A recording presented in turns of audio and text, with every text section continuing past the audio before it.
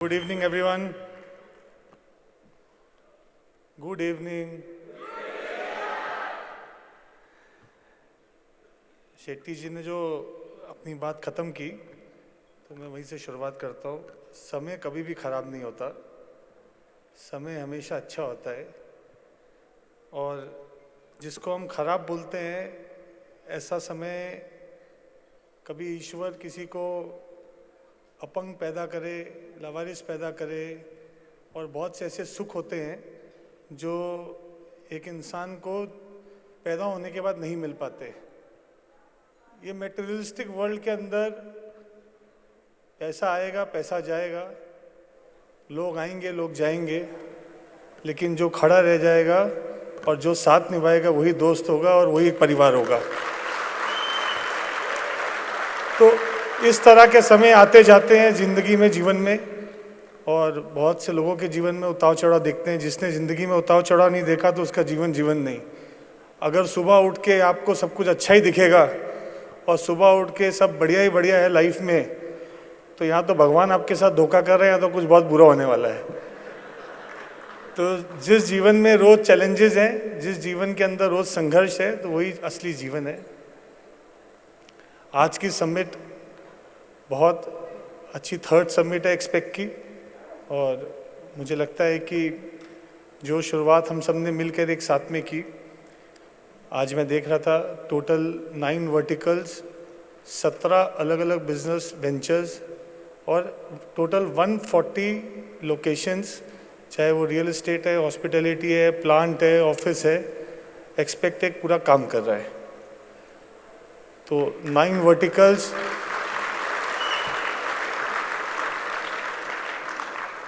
17 wide businesses, Boolean से लेकर, reality से लेकर, मैन्युफैक्चरिंग से लेकर, हॉस्पिटैलिटी से लेकर, माइनिंग से लेकर, इकोमिक्स से लेकर, कंक्रीट से लेकर, एनर्जी से लेकर, डिफरेंट वर्टिकल्स में जो आज एक्सपेक्ट काम कर पा रहा है, तो उसके पीछे एक बहुत बड़ी सोच है। मुझे ऐसा लगता है कि एक थॉट प्रोसेस हम सबका बहुत क्लियर होना चाहिए आपस में कि हम यहाँ पे क्यों हैं और हर आदमी का रोल क्या है। कभी कभी लक्ष्मण जी बोलते हैं कि सर, नाराज़ होते हैं मेरे पास, प्रवीण मेनन जी का फ़ोन आता है, सर आप ऑफिस नहीं आते, आप 1 हफ्ता हो गया, 10 दिन हो गया, आप ऑफिस नहीं आए। तो लक्ष्मण जी, अभी मैं 1 हफ्ता हो गया, 10 दिन हो गया, अगर ऑफिस नहीं भी आया तो भी काम चल रहा है। वो क्यों चल रहा है? क्योंकि इतने लीडर पैदा हो गए।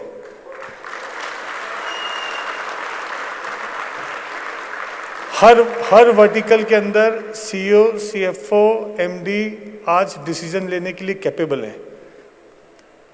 मेरा काम ये नहीं है कि डिसीजन पैरालिसिस होना, कि सब कुछ डिसाइड मैं करूं। एक मैनेजमेंट को ऐसा सिस्टम बनाना चाहिए कि उस वर्टिकल के अंदर जो लीडर है वो डिसीजन ले, उस कंपनी को आगे लेके जाए, और एक ऐसा एटमॉस्फेयर है कि एक सेंट्रलाइज जो ऑफिस होता है, बोर्ड ऑफिस होता है, बोर्ड रूम होता है, जो डिसीजन होता है उसको इम्प्लीमेंट करना वो लीडर का काम है। और मुझे लगता है कि आज एज अ एक्सपेक्ट हमने ऐसी लीडरशिप डेवलप की है, ऐसे लीडर अंडर डेवलपमेंट है, ऐसे लीडर डेवलप हो रहे हैं जो डिसीजन भी ले रहे हैं, काम भी कर रहे हैं, और इंडिविजुअल उस डिवीजन को आगे लेके जा रहे हैं। ये खुद में एक बहुत काबिलियत की बात है। जैसे आशुतोष ने बात की थी कॉर्पोरेट अफेयर्स की, कि दो घंटा बाहर खड़े होने के बाद उसको पता चला ये तो सिर्फ डॉक्यूमेंट देने की बात है। लेकिन आज अगर उसने 2-3 साल के अंदर कॉर्पोरेट अफेयर्स को समझ लिया, तो आज कैसे कॉर्पोरेट अफेयर्स के अंदर वर्किंग करनी चाहिए, कौन से डिपार्टमेंट के अंदर कैसे वर्किंग होती है, तो आज अगर मल्टीपल लोकेशन के अंदर 3 साल के अंदर आशुतोष कॉर्पोरेट अफेयर्स की टीम पूरा ग्रुप की लाइजनिंग साथ में संभाल रही है, तो ये खुद में काबिलियत तारीफ है कि वो सीख गया, वो अपने पैरों पे खड़ा हो गया। यही तो लीडरशिप का काम है। यही तो एक्सपेक्ट में मैनेजमेंट को करना है कि we have to make people on their own toes, कि वो सीखे, जवाबदार बने। ठीक है, डिसीजन सही होगा, डिसीजन गलत होगा, कोई काम आप करोगे, कोई काम सही होगा, कोई काम गलत होगा, लेकिन आप डिसीजन लोगे नहीं, काम करोगे तो ये चलेगा नहीं। मेरा ऐसा मानना है कि आज दर्शन है, आज बुलियन के अंदर वो खुद से मॉल्स के अंदर जाके कहाँ पे वेंडिंग मशीन लगानी है, एयरपोर्ट पे लगाना है, मंदिर में लगाना है, मॉल्स में लगाने का है, आज ऑनलाइन सेल्स करनी है। हम लोग को तो 1 महीने में पता चलता है कि फिर क्या बिजनेस इन्होंने किया या कहाँ पे विपुल और दर्शन ने मिलकर कॉल ली बिजनेस की। तो इस तरह की लीडरशिप को डेवलप करनी है। अगर वो हर चीज़ अगर सुबह उठ के मेरे को ही करना है तो मुझे लगता है वो कहीं ना कहीं कंपनी की ग्रोथ नहीं होगी और कंपनी की ग्रोथ रिस्ट्रिक्ट हो जाएगी। तो एक्सपेक्ट एज अ टीम, मेरा ऐसा मानना है कि we have to make leaders. हम लोग को एंटरप्रेन्योर बनाने हैं, लीडर्स बनाने हैं, ऐसे अच्छी एक कंपनी बनानी है जिसके अंदर आज अगर किसी ने कंपनी ज्वाइन की थी, मैं तो बोलता हूँ एक एग्जीक्यूटिव करके उसे ज्वाइन की, लेकिन उसमें दम और काबिलियत है तो वो एक दिन वो कंपनी का एमडी भी बन सकता है। ऐसा एक ग्रुप बनाने का है। एज ए एक्सपेक्ट लास्ट 1 साल के अंदर काफ़ी डिजिटलाइज और सिस्टम इम्प्लीमेंट किए। सैप इम्प्लीमेंट हुआ, HRMS इम्प्लीमेंट हुआ। अभी आपने देखा सर्विलेंस और टेक्नोलॉजी के ऊपर हम लोग काम कर रहे हैं, आर्टिफिशियल इंटेलिजेंस के ऊपर काम कर रहे हैं, कितना पेपरलेस कर सकते हैं उसके ऊपर काम कर रहे हैं। और मुझे ऐसा लगता है कि आज जितनी मैनेजमेंट के लोग हैं या जितने सीनियर लोग हैं, ये एक बात तो हम सबको समझनी पड़ेगी कि अगर हम लोग समझ लें कि हमको सब कुछ आता है तो ये थॉट प्रोसेस बहुत गलत है। क्योंकि मैं भी बहुत यूथ से मिलता हूँ डेली, कम से कम कभी कभी तो 0 मीटिंग होती है, लेकिन होती तो किसी दिन 50 लोगों से मीटिंग करता हूँ, 35 लोग मीटिंग करता हूँ, 40 अलग अलग बिजनेस हाउसेज से मिलता हूँ, लोगों से मिलता हूँ, यंगस्टर्स से मिलता हूँ। और मुझे जब उनसे मिल के लगता है तो मुझे लगता है अभी भी हमें कुछ नहीं आता है, क्योंकि दुनिया डे टू डे स्पीड से बहुत आगे बढ़ रही है। जिस पेस से आज टेक्नोलॉजी आगे बढ़ रही है, जिस पेस से आज बिजनेस करने का वे ऑफ वर्किंग चेंज हो रहा है, we have to be alert. अगर कोई भी अगर ये सोच ले कि बस मुझे सब कुछ आता है तो मुझे लगता है वो बहुत भ्रम में जी रहा है और बहुत ही गलतफहमी में जी रहा है। जिस तरीके से मुझे लगता है बहुत से लोग यहाँ पे छोटे शहर से आए हुए हैं। आप देखते थे पहले किनारे की, मतलब ये आपका राशन की दुकान होती थी हर मोहल्ले में, 2001 2002, और हर घर में वो जिस एरिया में राशन की दुकान होती थी वहाँ से घर पे सामान आता था, दाल चावल साबुन तेल सब। हर 1 तारीख को जब घर में सैलरी या पैसे आते थे तो महीने का जो भी बिल होता था, घर में जो सीनियर लेडी है, आपकी मदर होंगी, वाइफ होंगी, वो उस राशन वाले को पेमेंट करते थे। महीने की उधारी होती थी, उधारी को पेमेंट करते थे। उस राशन वाले को कभी पता ही नहीं चला कब सुपरमार्केट का कॉन्सेप्ट आया, और जिस घर में वो 1 महीने की उधारी चलती थी वो फैमिली साथ में जाती थी फिर सुपरमार्केट में, बिग बाज़ार में शॉपिंग करने, कि एक फैमिली आउट गेट टुगेदर भी होगा, बाहर जाएंगे और एक साथ खरीद के लाएंगे, 2 रुपये का माल सस्ता मिलेगा। और राशन के किनारे की दुकान का धंधा बंद हो गया, बिग बाज़ार का बिजनेस चला। बिग बाज़ार वाले को लगा कि पूरी दुनिया उसने जीत लिया, मुझे अभी कोई ज़िंदगी में बदल नहीं पाएगा, क्योंकि मेरे पास मोनोपोली है, वेयर हाउसिंग है, सामान मैं लेता हूँ और सब लोग आते हैं, इतने बड़े बड़े स्टोर्स है, कौन कंपटीशन करेगा। लेकिन किस तरह से बिजनेस का मॉड्यूल चेंज हुआ, कब फ्लिपकार्ट, अमेज़ॉन और ब्लिंकिट जैसा ऐप आए और 4 अंडे भी घर पे आदमी दे के जा रहा है, वो बिग बाज़ार वाले को समझा नहीं, और आज कहाँ अमेज़ॉन और कैसे बिजनेस पूरा चेंज हो गया। तो मेरा बोलने का मतलब है कि लाइफ में हर डेकेड में बिजनेस करने का ढंग बदलता है। हर एक 5-10 साल के अंदर नई अपॉर्चुनिटी, नई सोच, नई जनरेशन के साथ आगे आती है, और पुराना जो एक ऑथेंटिक मॉडल होता है बिजनेस का वो चेंज होता है। तो ये सोच से अगर हम चलेंगे कि हमने अचीव कर लिया या हमको सब कुछ आता है और हम चेंज होने को एक्सेप्ट अपने को नहीं करेंगे, तो मुझे लगता है हम रह जाएंगे और पीछे छूट जाएंगे, क्योंकि दुनिया बहुत पेस से आगे बढ़ रही है। आज आर्टिफिशियल इंटेलिजेंस की दुनिया में जिस तरह से आईटी में बहुत से चैलेंजेस है, लोग बोलते हैं नौकरियां कम हो जाएंगी आने वाले समय में, इसमें बहुत डिबेटेबल सब्जेक्ट है। मुझे लगता है कि एफिशिएंसी बढ़ सकती है, लेकिन वर्क होम का भी जो कल्चर था वो चला नहीं, क्योंकि लोगों को ऑफिस जाना है, क्योंकि हमारे जीवन में हमको ह्यूमन टच चाहिए। जब तक हम एक दूसरे किसी इंसान से मिलेंगे नहीं, बात नहीं करेंगे, तो आप घर में अकेले रह नहीं सकते।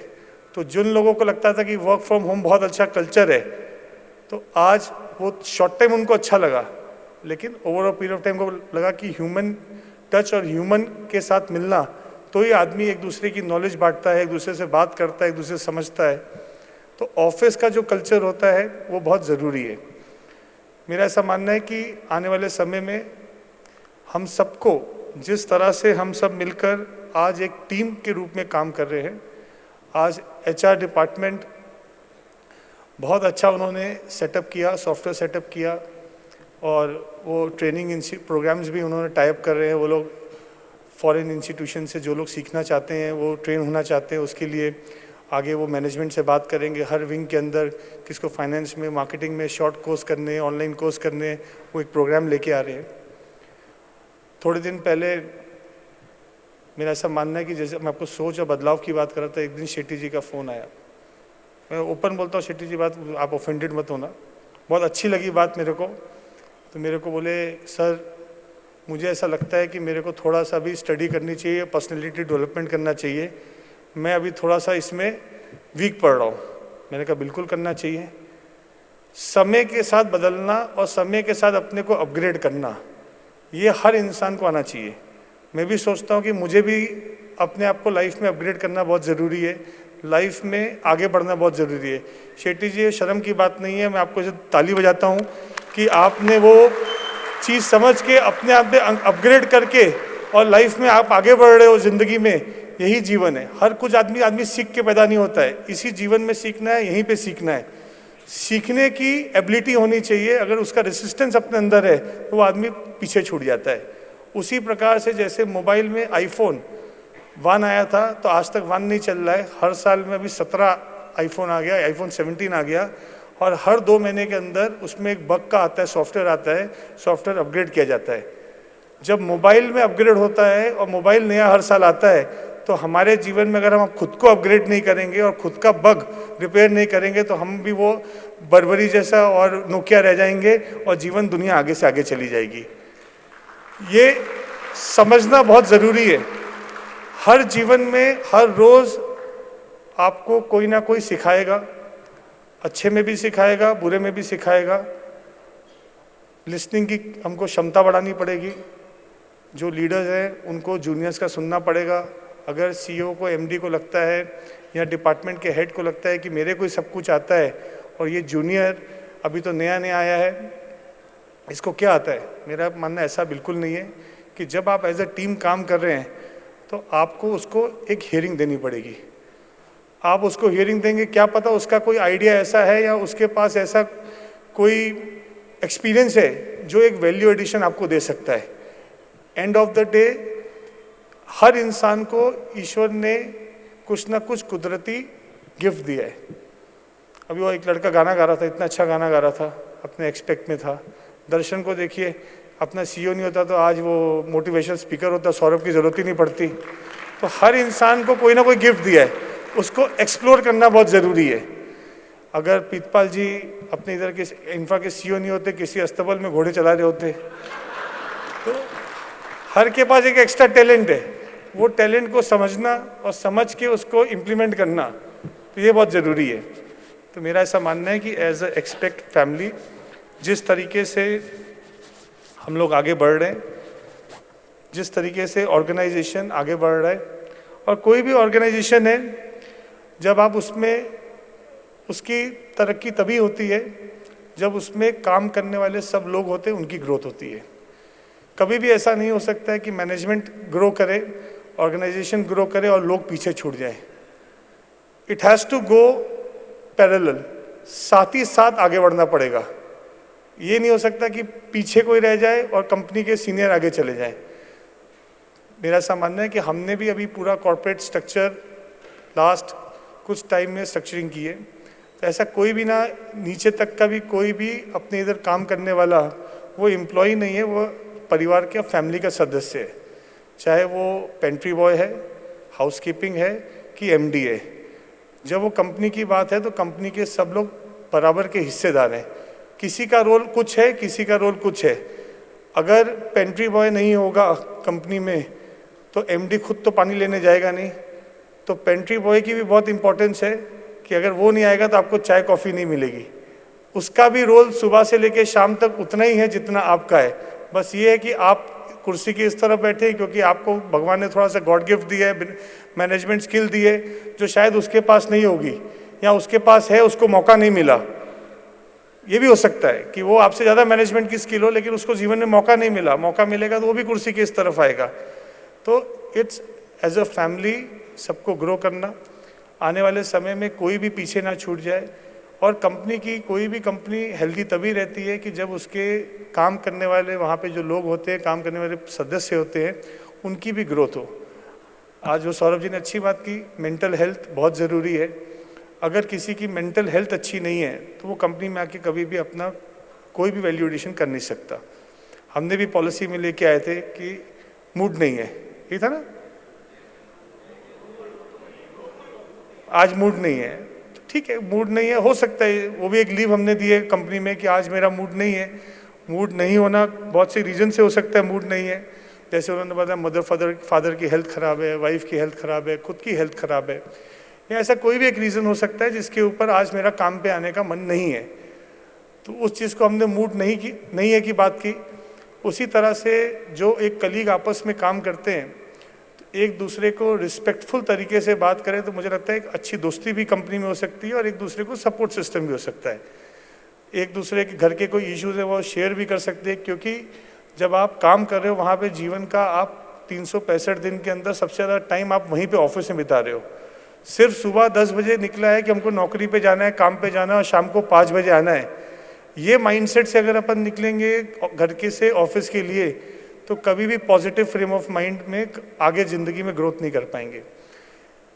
लाइफ में एक्साइटमेंट बहुत ज़रूरी है, वो काम से प्यार बहुत ज़रूरी है। अगर वो काम अपने को एक्साइट नहीं कर रहा है कि मुझे वो ऑफिस सुबह 10 बजे से पहले 9:45 बजे पहुंच जाना है, 10 बजे मेरे एचआर ने बोला इसलिए पहुंचना है, और अपनी जवाबदारी समझ के खुद ही 9:30 बजे ऑफिस आ गई, क्योंकि वो काम आपको एक्साइट कर रहा है, वो काम आपको उकसा रहा है, सोने नहीं दे रहा है कि मेरे को नींद नहीं आएगी अगर मैं काम कंप्लीट नहीं करूँगा।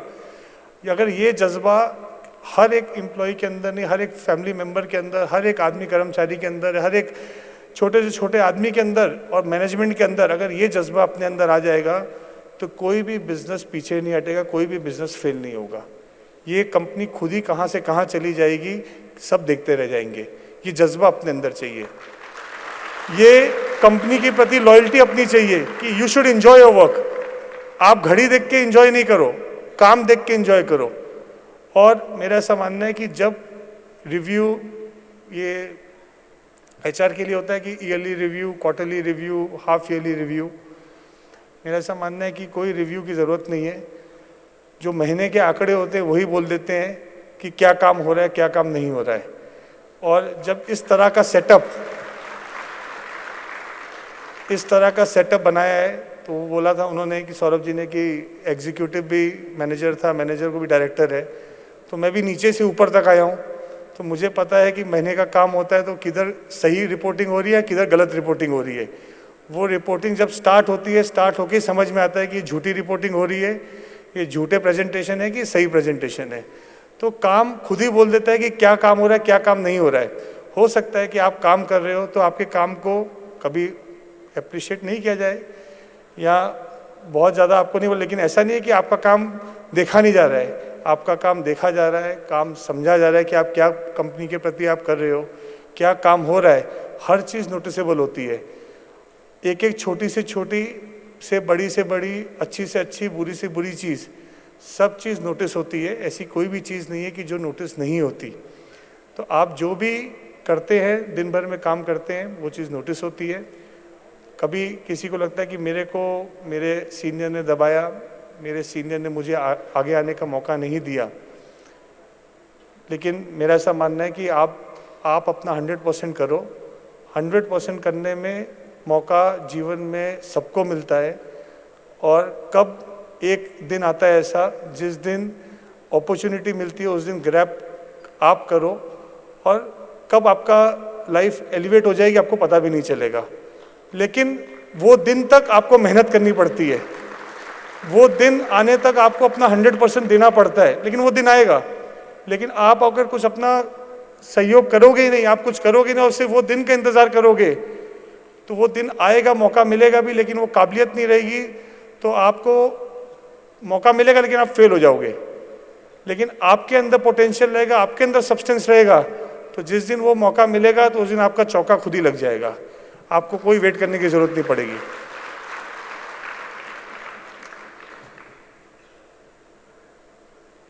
मेरा ऐसा मानना है कि जैसे अब हम सब देखते हैं कि ये समय इंडिया की ग्रोथ स्टोरी का समय है, वैसे ही जो इंडिया की ग्रोथ स्टोरी का समय है, वैसे ये एक्सपेक्ट की ग्रोथ स्टोरी का समय है। और ये समय में हम सबको इस समय का हिस्सेदार बनने का है, हम सबको लीड करने का है।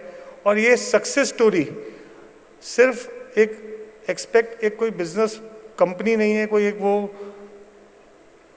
एक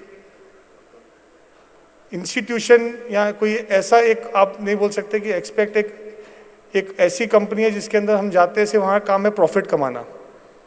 मेरा ऐसा मानना है कि हम सबको मिलके एक्सपेक्ट को एक ऐसी कंपनी बनानी है जिसके अंदर बहुत वैल्यूज़ हो।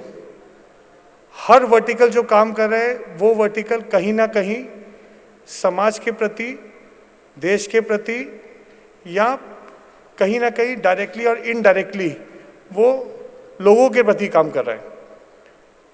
अगर आज हम लोग रियल एस्टेट के अंदर एसआरए का काम कर रहे हैं तो मेरा ऐसा मानना है कि जिस तरह से वो कंडीशन में रहते हैं उसको हम लोग, ठीक है आप बिजनेस करोगे, बिजनेस में तो प्रॉफिट एंड लॉस तो रहेगा, that is a part of the business, लेकिन साथ ही साथ सोसाइटी के प्रति भी आप काम कर रहे हो। अगर आज लोगों को उनके घर मिल रहे हैं तो जब उनकी चाबी डिस्ट्रीब्यूट होकर उनको घर मिलते हैं तो जो लोग आज झोपड़पट्टी में रहते हैं, जो स्लम में रहते हैं, उनकी कितनी प्रॉब्लम्स है वो उनको पता है। लोग उनको आश्वासन देते हैं, जब उनको भी एक घर में टीवी लगा हुआ और घर में एक वॉशिंग मशीन और फ्रिज और माइक्रोवेव के साथ घर की चाबी मिलती है, तो वो खुशी जो उनको मिलती है वो खुद में आप उसका कोई शब्दों के अंदर आप उसका मूल्य नहीं लगा सकते हैं।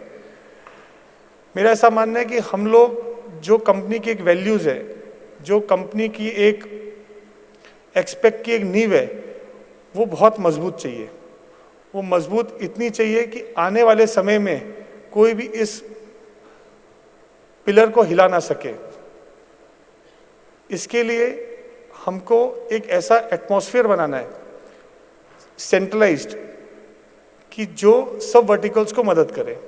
जिस तरह से legal team, CS team, HR team, marketing team, IT team, surveillance team, finance and treasury team, ये एक्सपेक्ट की बैकबोन है। अगर ये जितने एक 10 पिलर्स हैं, ये जितने स्ट्रांग रहेंगे उतनी मदद बिजनेस वर्टिकल्स को मिलेगी। आज लीगल टीम जितनी स्ट्रांग रहेगी, जितनी स्ट्रांग एचआर की टीम रहेगी।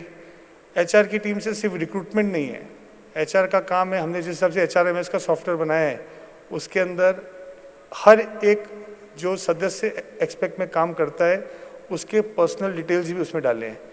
अगर आदमी काम कर रहा है तो उसकी वाइफ क्या करती है, उसके बच्चे कहाँ पढ़ते हैं, वो कितने बार हॉलीडे जाता है, वो हॉलीडे कहाँ पे जाता है, कितनी बार वो मंदिर जाता है या मस्जिद जाता है या वो चर्च जाता है हफ्ते में।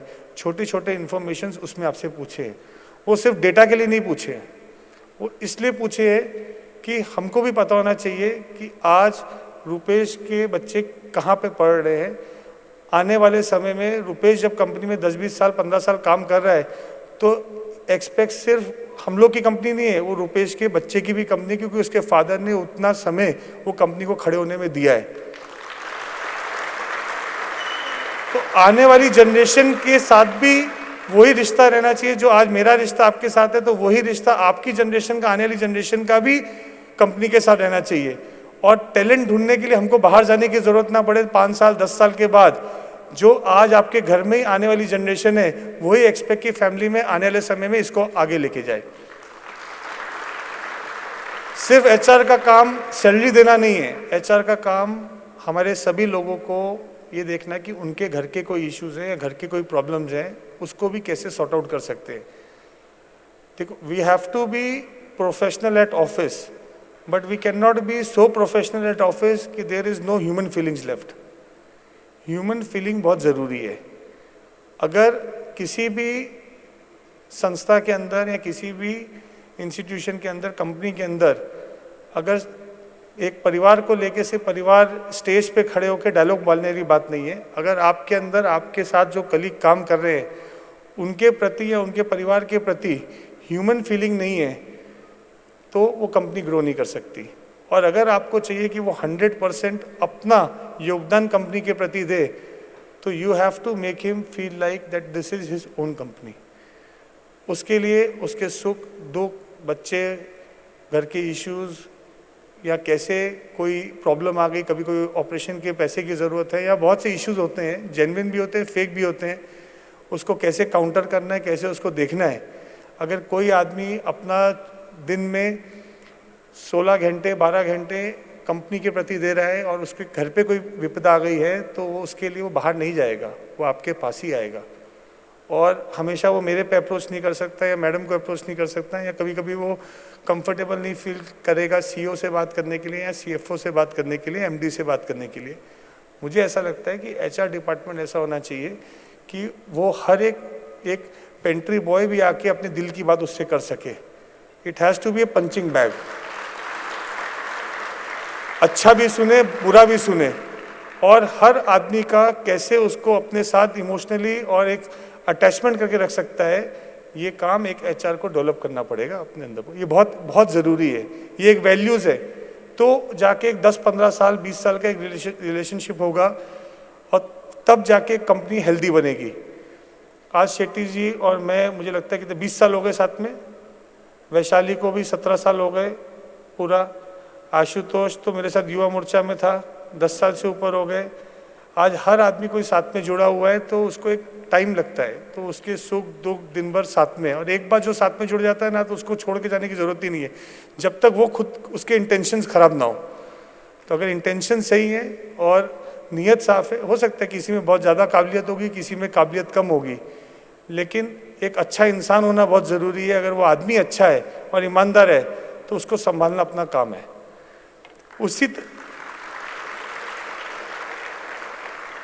उसी तरह से सीएस की टीम, किस तरह से कंपनी की वर्किंग चल रही है। हर कंपनी, चाहे बिजनेस वर्टिकल है, वो वर्टिकल ठीक है, वर्टिकल में सब कंप्लायंस पूरे हो रहे हैं कि नहीं हो रहे, तो उनका काम है डे टू डे देखना। और एवरी क्वार्टरली हर सीएस की रिपोर्ट कंप्लीट बन रही है और बन के उसको प्रॉपरली मॉनिटर करना सीएस का काम है।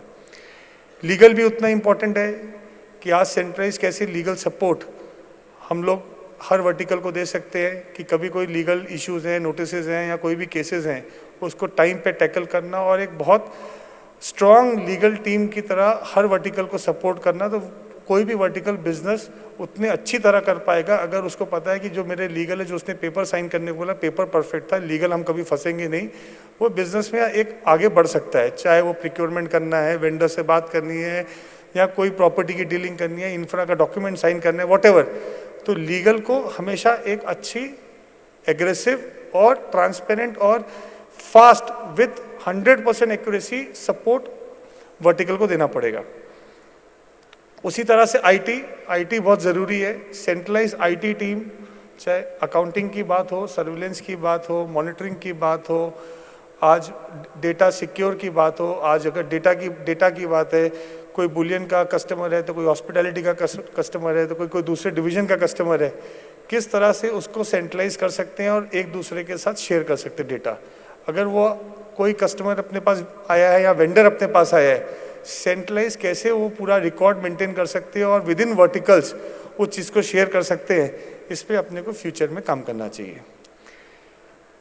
फाइनेंस और ट्रेजरी बहुत इंपॉर्टेंट है कि अकाउंट्स, फाइनेंस, ट्रेजरी सेंट्रलाइज हर वर्टिकल का किस तरह से हम लोग हर एवरी मंथ की अकाउंटिंग, एवरी मंथ की पेमेंट्स, 5 तारीख, 15 तारीख, 25 तारीख या टैक्सेशन है, it should work on time every month जो चल रहा है, इट शुड बी और प्रॉपर। फाइनेंस और ट्रेजरी हर वर्टिकल को सपोर्ट सेंट्रलाइज करे कि फाइनेंस की तरह से कभी भी उस वर्टिकल को प्रॉब्लम नहीं आए। कोई भी प्रोजेक्ट चालू किया है, उसका फंड एलोकेट कर दिया है, उसका ट्रेजरी ने उसका फंड फाइनलाइज कर दिया कि इतना इन्वेस्टमेंट इस साल या इतना इन्वेस्टमेंट ये क्वार्टर में ये वर्टिकल में होगा, अगर वो टाइम पे उनको पैसा मिल जाए तो फिर से उस वर्टिकल को परफॉर्म करना है। उसी तरह से बिजनेस डेवलपमेंट टीम कि जो बिज़नेस डेवलप कर रहे हैं कि बिज़नेस सही है कि नहीं है, जो बिज़नेस चल रहा है वो ठीक है कि नहीं, उसका रेगुलर मॉनिटरिंग करना, जो हमारी टीम ऑलरेडी कर रही है, सेंट्रलाइज टीम साथ में कर रही है, सुधांशु मित्तल और बाकी सब लोग इसमें लगे हुए हैं जो मॉनिटर करते रहते हैं बिजनेस ठीक चल रहा है कि नहीं चल रहा है, प्रॉफिट क्यों कम हो रहा है या क्यों इसके अंदर, कैसे इसके प्रॉफिटेबिलिटी बढ़ सकती है, बैकवर्ड इंटीग्रेशन कैसे कर सकते हैं, जो ऑलरेडी हम लोग बहुत से डिविजन्स में कर रहे हैं। और फिर मार्केटिंग, कैसे मार्केटिंग में उसको आगे लेके जाना है। अगर ये जो सेंट्रलाइज टीम है, ये सेंट्रलाइज टीम हमारी जितनी स्ट्रांग रहेगी, तो मेरा ऐसा मानना है कि हमको आज जो हम लोग 17 बिजनेस कर रहे हैं, ये हम 100 भी कर सकते हैं। सिर्फ आपको फिर CEO और MD लाना है जिसको वो बिजनेस की नॉलेज है, और ये सेंट्रलाइज टीम पूरी उसको ताकत देगी जिससे वो वर्टिकल इंडिपेंडेंट खड़ा हो सकता है। तो अगर आज लोगों को लगता होगा कि एक्सपेक्ट कैसे इतना तरक्की कर रहा है, ऐसे कितने फास्ट जा रहा है, तो उसके पीछे ये जो एक सोच, एक पॉलिसी और एक थॉट प्रोसेस हमने रखा है, वो थॉट प्रोसेस के कारण हम लोग इतने फास्ट ग्रो कर पा रहे हैं। अगर ये थॉट प्रोसेस को कोई समझेगा तो हम लोग हर डिवीजन में एक इंडिविजुअल एंटरप्रेन्योर बना रहे हैं। मैं कभी नहीं पूछता हूँ कि इकोमिक्स में क्या हुआ, मैं तो साल भर से प्लांट में गया ही नहीं हूँ। आज जितेंद्र कपूर खुद ही वो प्लांट चला रहे हैं, खुद ही 4 प्लांट आगे करने की बात कर रहे हैं। वैसे माइनिंग के अंदर अभी हमने 50 एकर्स लिए, एक CEO ज्वाइन कर रहा है, सिद्धांत में ज्वाइन कर रहे हैं, 2 महीने में जून में CEO ज्वाइन कर रहा है, वहाँ पे क्रशर लगा के माइनिंग को आगे बढ़ाने की बात कर रहे हैं। उसी तरह से PMC का इंफ्रा का प्रीतपाल जी खुद ही कर रहे हैं, केदार जी खुद ही अपना मैं आज तक पवई साइड पर अभी तक जब से काम चालू हुआ नहीं गया हूँ, और भी बाकी भी काम कर रहे हैं, दूसरी जगह भी काम कर रहे हैं, पालघर में भी काम चल रहा है, कमांड सेंटर भी कर रहे हैं, कमांड सेंटर में भी नहीं गया, प्रोक्योरमेंट खुद कर रहे हैं। तो खुद इंडिविजुअल डिसीजन लेकर हर डिवीजन के अंदर एक एंटरप्रेन्योर खड़ा हो रहा है जो उसकी कॉल ले रहा है। नाम हो सकता है एक्सपेक्ट, लेकिन मेरे होने या नहीं होने से, मैनेजमेंट होने या नहीं होने से डिसीजन पैरालिसिस नहीं हो रहा, काम बंद नहीं पड़ रहा है। कोई भी डिवीजन में ऐसा नहीं हो रहा है कि आदमी अगर सुबह नहीं गया, 10 बजे ऑफिस नहीं गया तो ऑफिस बंद पड़ गया। यही हमारी जीत है। दिस इज ऑल जो एक ऑर्गेनाइजेशन को चलाती है, ये ऑर्गेनाइजेशन हम बना रहे हैं। हम कोई किनारे की दुकान नहीं बना रहे कि सेठ को सुबह जाना है और 10 बजे दुकान खोलनी है और दुकान खोलेगा फिर सब लोग ऑफिस में आ गए, फिर सबकी हम बात कर रहे हैं। It has to be a independent body, independent, driven by individuals, जिनको हम लोग एक प्लेटफॉर्म दे रहे हैं। मेरा काम है प्लेटफॉर्म देना, मेरा काम बिजनेस करना नहीं है। बिजनेस करने के लिए आप लोग हो। अगर मुझे ही बिजनेस करना है तो आपकी ज़रूरत नहीं है। तो ये आपको सोचना पड़ेगा कि आप यहाँ पर बिजनेस करने के लिए आए हो, आप यहाँ पे धंधा करने के लिए आए हो, और मैं फैसिलिटेटर हूँ जो आपको प्लेटफॉर्म दे रहा हूँ कि आओ कर लो, जिसमें जितनी ताकत है उतना कर ले। जो हमने एक डिवीज़न डिसाइड कर लिया कि ये डिवीज़न में हम काम कर रहे हैं, कल हमने डिसाइड किया कि हम एंटरटेनमेंट डिवीज़न लॉन्च करेंगे। अभी अभिषेक जी एक पिक्चर बनाए कि 10 पिक्चर बनाए, अभी अभिषेक जी में जितनी ताकत है उतनी पिक्चर बना ले।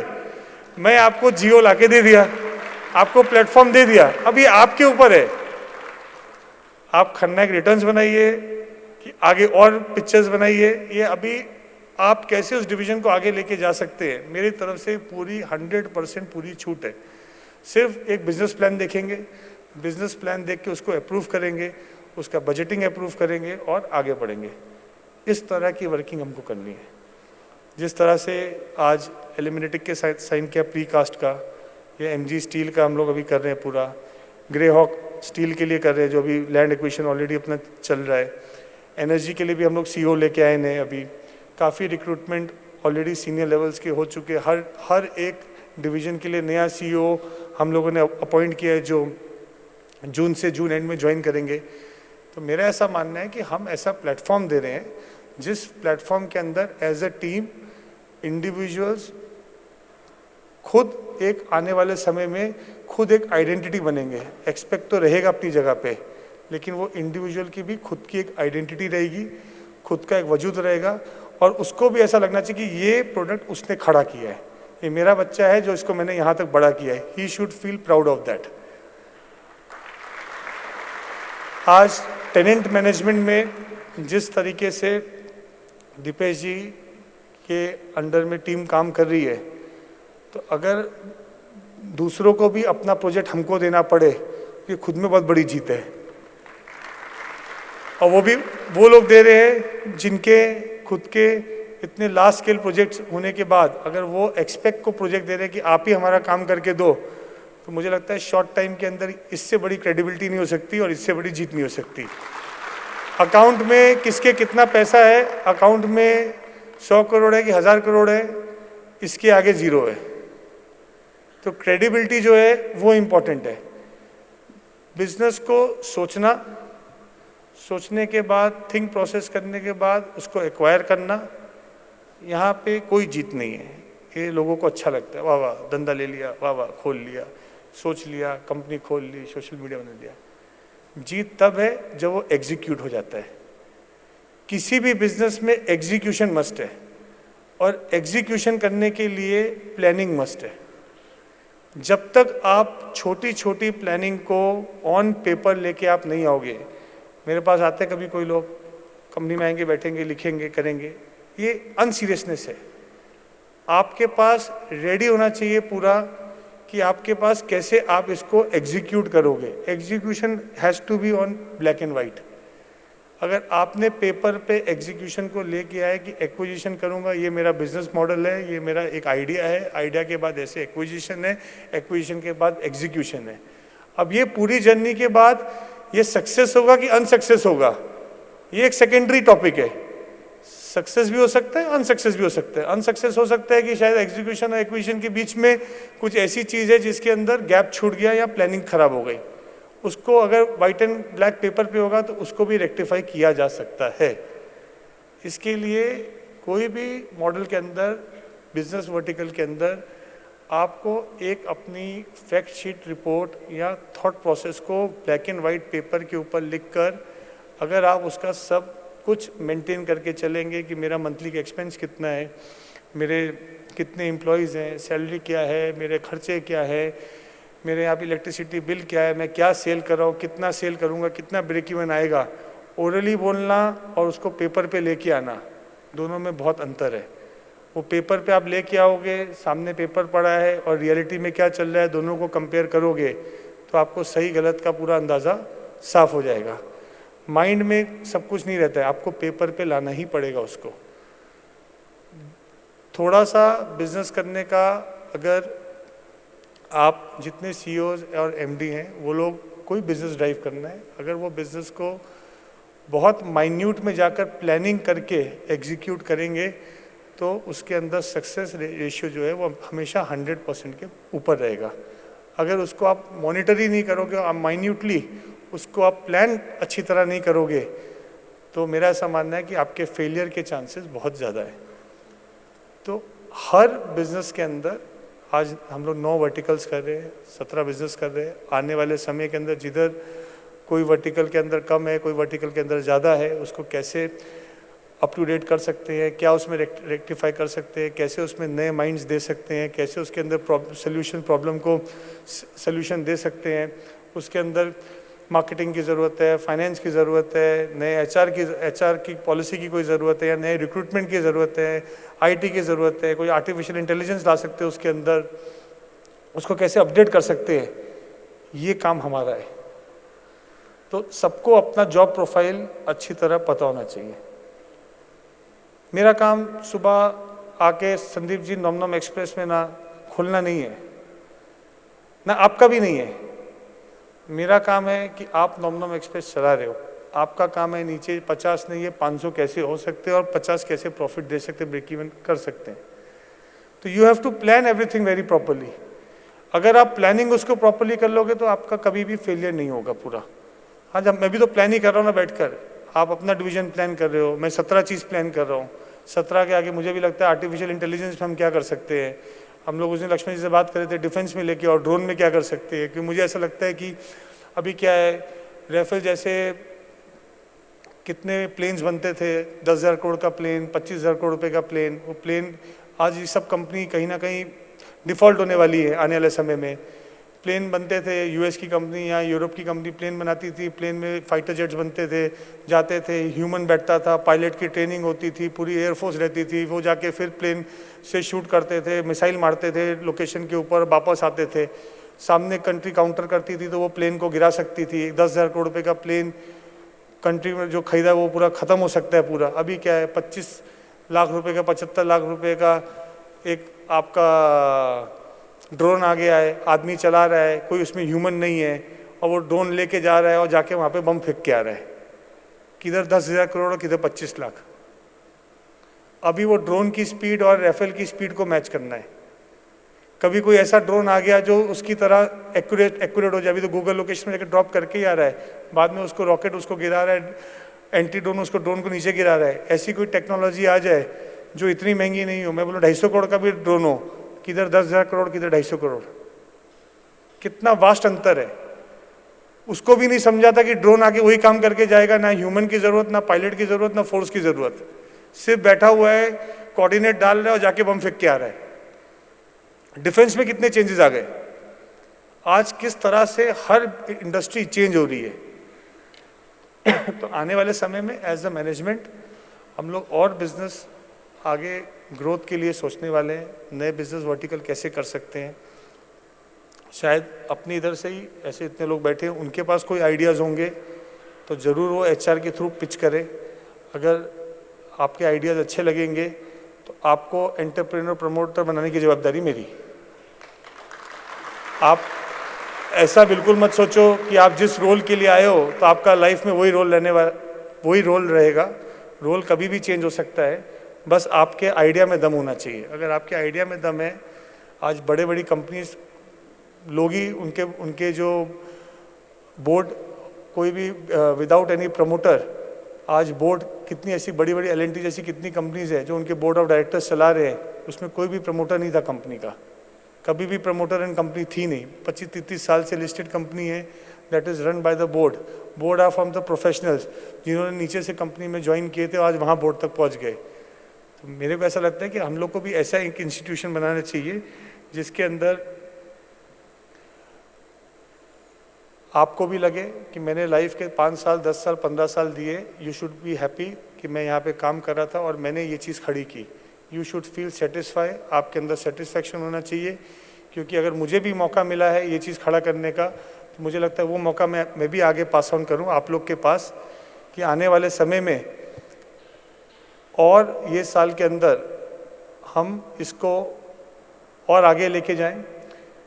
100% ईमानदारी से अपना समय, जितनी देर भी मन नहीं है, जिस दिन काम करने का होता है, मेरा तो बहुत दिन होता है मन नहीं करता, मेरा तो 15 दिन महीने में होता है कि काम नहीं करूं, लेकिन कुछ ना कुछ करता रहता हूं। अभी आप 15 दिन ऐसा नहीं कर सकते कि मन नहीं है काम करने का, लेकिन जितने दिन भी महीने में 25 दिन, 24 दिन, 22 दिन, 23 दिन, इतनी ही वर्किंग होती है। कोई 30 दिन तो वर्किंग कोई भी नहीं करता है, 22 दिन से 25 दिन के अंदर ही वर्किंग होती है। 20 दिन भी आप 22 दिन भी काम कर रहे हैं, अगर 20 दिन भी आप महीने में काम कर रहे हैं, 30 दिन वर्किंग सिर्फ वैशाली करती है कंपनी में, बाकी कोई नहीं करता है। और 24 घंटा वर्किंग करती है। तो जितनी देर भी आप काम कर रहे हैं तो आप अपना 100% दीजिए। We are always there for you. And ये समय आप सबका समय है, हम सबका समय है, और साथ ही ये समय को हम सब एक साथ होकर इसको एक बहुत बड़ी सक्सेस स्टोरी करेंगे। अभी तक तो हम लोग लिस्टेड नहीं है, अभी तक हम लोग महाराष्ट्र से बाहर बहुत बड़े लेवल पे नहीं गए हैं। We have sky is the limit, we have all the collaborations, जितने भी हमारे कोलैबोरेशन या जितने भी जॉइंट वेंचर्स हैं, they are with the top most industrialist in the nation. देश में जितनी अच्छी कंपनीज हैं वो कहीं ना कहीं हमारे साथ कोई ना कोई डिवीज़न में हर जगह जुड़ी हुई है। कोई रियल एस्टेट में होगा, किसी को हम बुलियन में साथ में जुड़ा होगा, कोई कहीं ना कहीं इकोमिक्स माइनिंग में जुड़ा होगा। ऐसी कोई भी बड़ा इंडस्ट्रीज हाउस इंडिया में नहीं है, कॉर्पोरेट हाउस इंडिया में नहीं है टॉप 10 या 15 के अंदर जो एक्सपेक्ट के साथ किसी न किसी रूप में नहीं जुड़ा है। तो मेरे को ऐसा लगता है कि ये खुद में एक क्रेडिबिलिटी की बात है कि आज इतने अच्छे कॉर्पोरेट्स हमारे साथ काम कर रहे हैं और हम उनके साथ काम कर रहे हैं, दोनों वाइस वर्सा।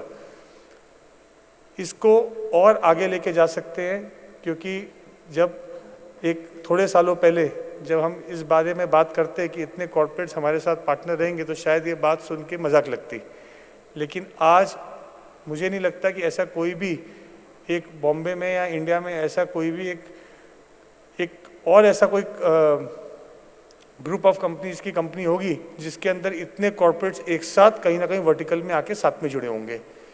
तो ये सिर्फ और सिर्फ एक्सक्लूसिव आपकी कंपनी है जिसके साथ आज सब लोग जुड़ना चाहते हैं, सब लोग उसके साथ आगे बढ़ना चाहते हैं। क्यों? क्योंकि हमारा हर डिवीज़न के अंदर सिर्फ बात नहीं है, एग्जीक्यूशन है। आप रियल एस्टेट की बात करोगे तो प्रोजेक्ट बन रहे हैं। आज हम ऑफिस की बात करेंगे तो कोई भी आदमी ऐसा नहीं होगा। आज टीम में हमने 17 फेब को काम चालू किया, तो 9 महीने के अंदर 10 महीने में कॉर्पोरेट ऑफिस कैसे खड़ा कर सकते हैं पूरा 1.25 लाख फुट का, तो एग्जीक्यूशन पे हम आ गए हैं। ऑलरेडी प्लिन से बाहर आएंगे, मई तक 5 फ्लोर हो जाएंगे, जून तक 5 हो जाएंगे, जुलाई तक कंस्ट्रक्शन कंप्लीट करके हम इंटीरियर्स पे आ जाएंगे। तो आज इतनी लेटेस्ट टेक्नोलॉजी, स्टील की टेक्नोलॉजी है, पूरा स्टील के ऊपर, क्योंकि टाइम इज़ एवरीथिंग।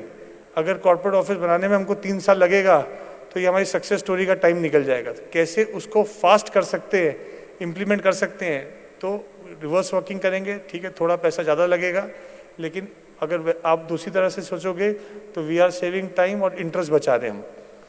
तो कहीं ना कहीं बात वही पड़ती है, लेकिन एग्जीक्यूशन बहुत ज़रूरी है।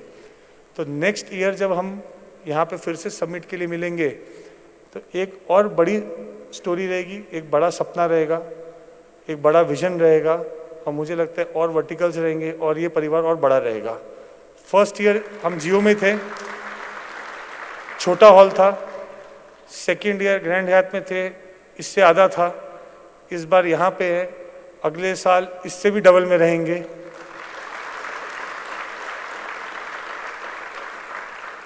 जो साथ जुड़ गए वो रहने चाहिए। हो सकता है किसी के अंदर काबिलियत कम होगी, किसी के अंदर थोड़ा काम करने की स्पीड कम होगी, उससे कोई फ़र्क नहीं पड़ता है। जब जुड़ गए तो जुड़ गए। ईमानदारी रहनी चाहिए और डेडिकेशन रहना चाहिए। बाकी कम ज़्यादा तो करने के लिए काम हम लोग भी साथ में ही है, उसको हम लोग चला लेंगे, उसमें कोई फ़र्क नहीं पड़ता है।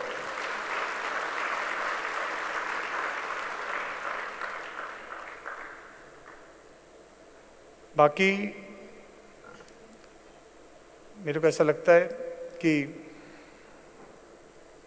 सभी डिविजन्स के अंदर सभी लोग लास्ट 1 साल में, 1.25 साल के अंदर बहुत अच्छा कोऑर्डिनेशन सबने आपस में किया। क्योंकि जितने अभी डिविजन्स, हर वर्टिकल के अंदर भी डिविजन्स बढ़ गए, जैसे रियलिटी के अंदर भी अभी 4-5 डिविजन्स हो गए, सब पूरे हो गए।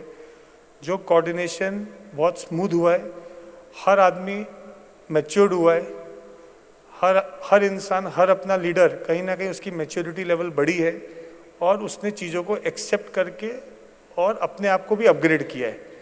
तो इसके लिए मैं सबको बहुत बहुत थैंक यू बोलूँगा कि जो इश्यूज़ मेरे पास बहुत पहले तक आते थे वो इश्यूज़ एकदम लोअर डाउन हो गए हैं, हर डिवीज़न में लोअर डाउन हो गए हैं। आने वाले समय में हर आदमी को मैच्योर होने की और ज़रूरत है।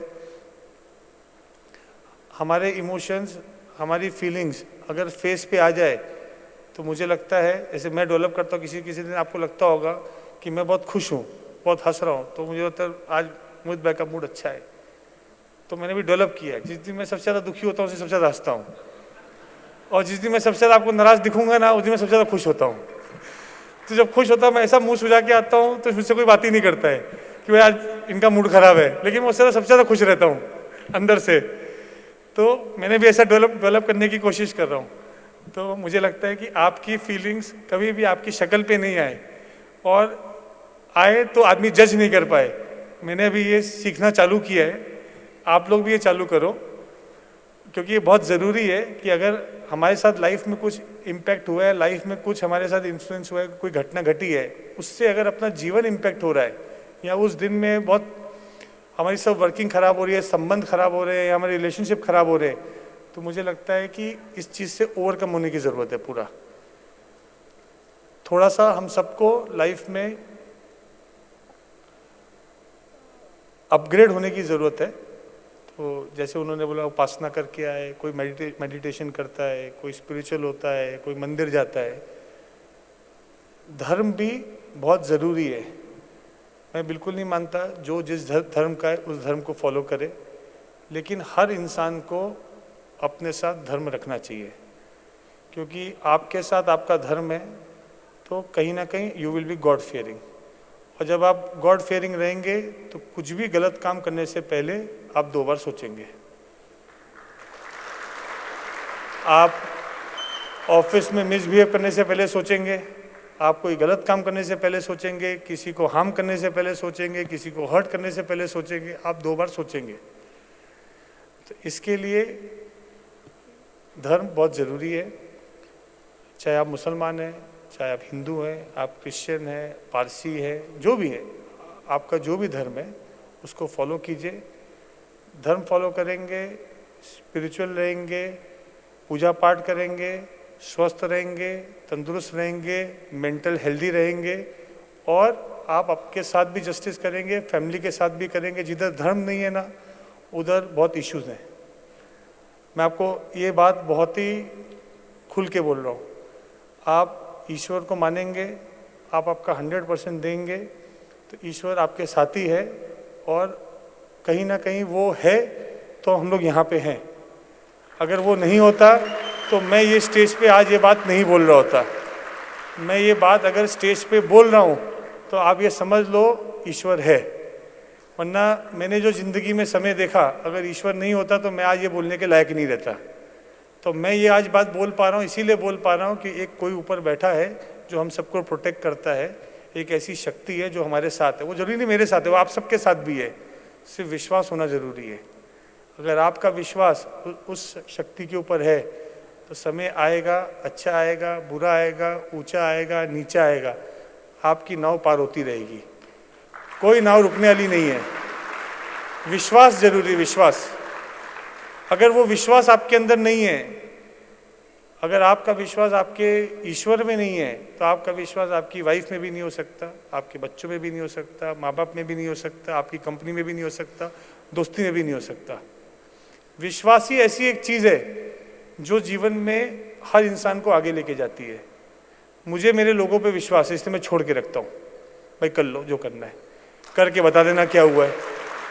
मेरा ऐसा बोलना है, मुझे बता देना, अच्छा हुआ बुरा हुआ देख लेंगे, उसमें कोई फ़र्क नहीं पड़ता, प्रॉफिट हुआ कि लॉस हुआ, लेकिन करना ज़रूर। अगर काम ही नहीं किया तो मुझे दुख होगा कि तुमने किया क्यों नहीं। वो कोई फ़र्क नहीं पड़ता है, लॉस हुआ तो लॉस हुआ, प्रॉफिट हुआ प्रॉफिट हुआ। Intention should be clear. आपके इंटेंशन क्लियर है। मुझे आप पे विश्वास है क्योंकि मुझे भगवान पे विश्वास है। मेरा विश्वास डायरेक्ट वहाँ से आप तक कनेक्ट होता है। आप समझो, ऐसे आया ऐसे एल गया, तो मेरा विश्वास टूटेगा ही नहीं, क्योंकि मुझे पता है कोई गलत होएगा ही नहीं। अगर इंटेंशंस ठीक है ना, गलत में भी रास्ता निकल जाएगा। इंटेंशंस खराब है ना आपके, तो आप सही भी काम मुझे बताओगे गलत ही होने वाला है, क्योंकि आपके इंटेंशन ही खराब थे। तो बेसिक इंटेंशन जब खराब होते हैं ना, तो जो एंड नतीजा निकलता है ना, वो फेलियर का ही निकलता है। शॉर्ट टाइम अच्छा लगता है, लेकिन लास्ट में स्टोरी खराब है। और इंटेंशंस ठीक है ना, कितने भी हर्डल आने दो, कितने भी प्रॉब्लम आने दो, जो एंड है ना वो सक्सेसफुल ही होगा, वरना वो एंड होगा ही नहीं। स्टोरी हिट होगी होगी, वरना वो स्टोरी कभी हिट नहीं होगी। और मैं भी बहुत जिद्दी आदमी हूँ, और कोई भी काम मैं जिद से करता हूँ। एक बार सोच लेता हूँ करना है तो करना है। सलमान खान तो पिक्चर में डायलॉग बोलता है, मैं लाइफ में वो चीज़ फॉलो करता हूँ। एक बार सोच लिया तो मैं किसी के बाप का नहीं, और एक बार मैंने सोच लिया तो मैं पीछे हटता नहीं। तो लाइफ में जो जिद होती है ना, अगर वो जिद पूरी नहीं की तो लाइफ जीने का मज़ा ही नहीं है। तो लाइफ में क्या होता है अभिषेक भाई, तो जिद होती है ना वो पूरी होनी चाहिए, जो जुनून होता है ना वो पूरा होना चाहिए। तो फिर नल एंड नीर की तरह अपने पास भी वाणस चढ़ाएं। अपने पास किधर नहीं है, अपने पास भी तो वानर सेना बैठी है ना। अपन एक बार बोलते हैं कि भाई ये काम करना है तो करके आते हैं, ऐसा तो नहीं करके नहीं आते हैं। अपने पास भी जामुन है, अपने पास भी हनुमान है, अपने पास भी राम है, अपने पास भी सब है, अपने पास सब तरह की सेना है पूरी, और अपने पास तो रावण भी है क्योंकि अपन कलयुग में है। तो इसके लिए बिजनेस के अंदर जो ठान लिया तो वो करना ही है, फिर पीछे नहीं हटना है, चाहे कुछ भी हो जाए। अब ईमानदारी से करेंगे तो सक्सेस होगा, इंटेंशंस खराब होंगे तो अनसक्सेस होगा। इंटेंशन अच्छे रहेंगे तो लास्ट में सफलता मिलेगी, कहीं भी सफलता जाएगी नहीं। तो मेरा ऐसा मानना है कि हर मेरे जो बिजनेस के एमडी सीईओज हैं, आप लोग और एग्रेसिवली करें। बहुत से लोग आप देखिए साथ में जुड़े हैं, इतने यंगस्टर्स हैं। आज उसने दिखाया कि Gen Z kid 70%, more than 50% Gen Z. अब जेनजी वालों के अपने ही थॉट प्रोसेस है, वो ज़िंदगी अपने हिसाब से जीते हैं पूरा। तो अभी हम लोग तो बीच में हैं, ऊपर वाले अच्छा कम है, 3-4 ही दिखे मेरे को तो ऊपर वालों को संभालना पड़ता है और नीचे वालों को देखना पड़ेगा अपने को। तो बीच में आके अटके हुए हैं, कोई दिक्कत नहीं है। मुझे नहीं पता था इतने जेनजी हैं तो अच्छा डर भी लग रहा है मेरे को भी देखने के बाद, क्योंकि सबका क्या है वो रिजिड फ्रेम ऑफ माइंड है ना। लेकिन अच्छा भी है, अगर उन्होंने सोच लिया है जिद तो वो पूरी करेंगे। तो उन्होंने सोच लिया है कि क्योंकि उनका थॉट प्रोसेस जो है ना उनका बहुत क्लियर है, उनको पता है उनको क्या करना है। They are not in a confuse state of mind. आज की जनरेशन है, उनको पता है कि उनको ये काम करना है और यही चीज़ चाहिए। उनके ऊपर आप लाद नहीं सकते हो कि आपको ऐसा करना ही है। जैसे हमारे समय में रात को हम नहीं सोते तो पिताजी आके बोलते थे माता जी सो जाओ नहीं तो पुलिस आ जाएगी। आज के बच्चों को मैंने बोला बेटा सो जाओ पुलिस आ जाएगी। बोलो कि आप चोर हो क्या? क्यों आ जाएगी?